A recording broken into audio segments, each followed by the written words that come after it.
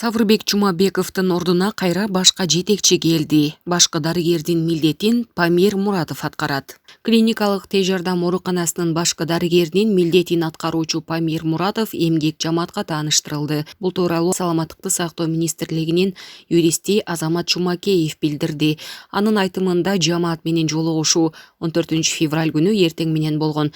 Жаңы башкы дарыгердин милдетин аткаруучу бүгүн дайындалып, коллективге тааныштырылды. Савырбек Жумабеков кетти, деди ал. Бейшеналиев 4 февралда Бишкек шаардык травматология жана ортопедия илим изилдөө борбору Бишкек шаардык клиникалык тез жардам ооруканасы болуп түзүлгөнүн билдирген. Савырбек Жумабеков борбордун директорлук кызматынан бошотулуп, жаңы түзүлгөн оорукананын директорунун милдетин аткаруучу болуп Гуля Кожокматова дайындалды.